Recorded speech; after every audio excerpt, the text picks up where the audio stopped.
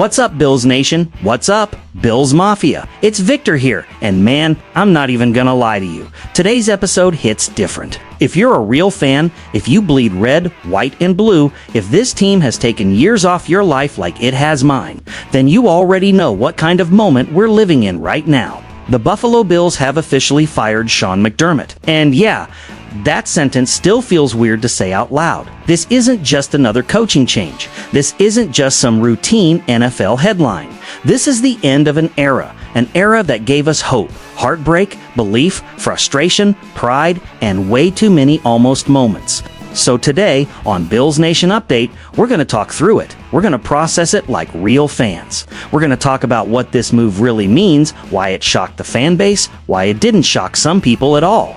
And most importantly, where the Buffalo Bills go from here. Because now the future of this franchise is wide open. Let's start with the moment it happened. When the news broke that Sean McDermott was fired, it sent shockwaves through Bills Mafia.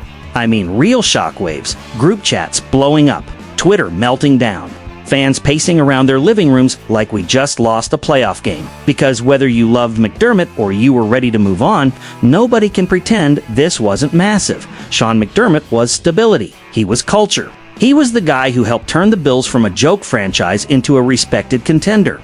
But here's the uncomfortable truth. Stability without championships eventually stops being enough. And that's where this all gets complicated.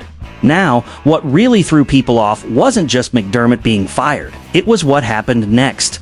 A lot of fans, and I mean a lot, expected the changes to keep coming. We thought this was going to be a full reset. Coach gone, GM gone, clean slate. Instead, Brandon Beane didn't go anywhere. Not only did he stay, he got promoted. Beane is now the president of football operations. And that right there, that's where the fan base split hard. I've talked to fans who were stunned by that move. Some were angry, some were confused, some were like, all right, prove it. One fan, Ryan Thomas, summed up what a lot of people are feeling when he said this wasn't Beane's best year. And he's right. This season exposed some cracks. Roster construction, offensive weapons, depth issues. A lot of fans honestly thought Beane would be the first one out the door, not McDermott. So now we're sitting here asking the big question. If McDermott wasn't the biggest problem, then what exactly are we fixing? And that's where the coaching search becomes everything. Because whether you think McDermott was the reason the Bills didn't get to a Super Bowl or not, what happens next will define the Josh Allen era. And let me say this clearly, as a fan, not as some analyst. You do not get infinite chances with a quarterback like Josh Allen. You just don't. This team needs a head coach who understands that. A coach who wakes up every morning thinking about how to make life easier for number 17. Because too often, over the last few years, Josh has had to be Superman just to keep this team alive. That can't be the plan anymore. A lot of Bills Mafia agrees on one thing. This next coach has to be offensively minded. Enough with the conservative moments. Enough with hoping the defense bails us out every January. Enough with trusting the process while the offense stalls when it matters most. Fans want creativity. Fans want aggression. Fans want an offense that scares people again. And honestly, they're right. Josh Allen is in his prime. His window is now. So, let's talk names, because this is where it gets really interesting. Right now, the name that keeps popping up the most is Clint Kubiak, the offensive coordinator for the Seattle Seahawks. And I get why fans are excited.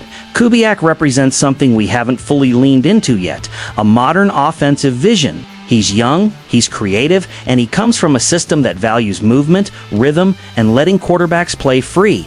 For a fan base that's watched Josh Allen get boxed into predictable schemes at times, that's exciting. This would be a clear signal from Brandon Beane that the Bills are officially shifting identity. No more defense-first mentality. No more playing not to lose. This would be about maximizing your biggest weapon. Another name that keeps coming up, Joe Brady, and this one hits close to home.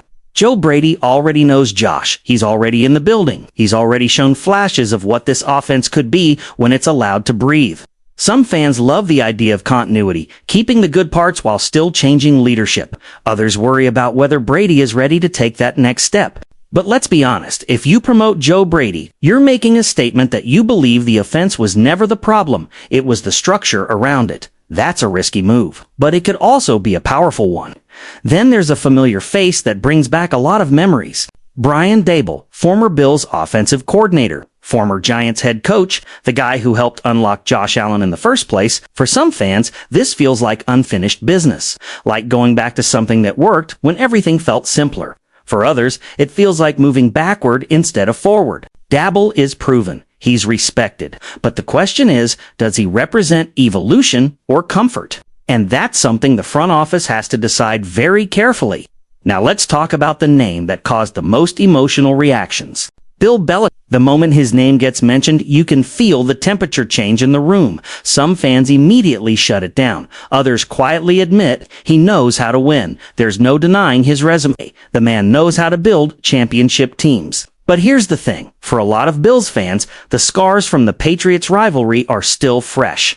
The idea of Belichick leading this team feels wrong on a spiritual level. And beyond that, the question becomes, does his style fit this roster? Does it fit Josh Allen? Does it fit modern football? That's why reactions are mixed, and honestly, that's probably not a risk Beane wants to take right now. And this brings us back to Brandon Beane, because now all eyes are on him. Fans have made it clear this hire cannot miss. As one fan put it, Beane has to nail not just the head coach, but the coordinators too. If this goes wrong, the patience of this fan base is gone. Bills Mafia has waited too long. We've endured too much heartbreak.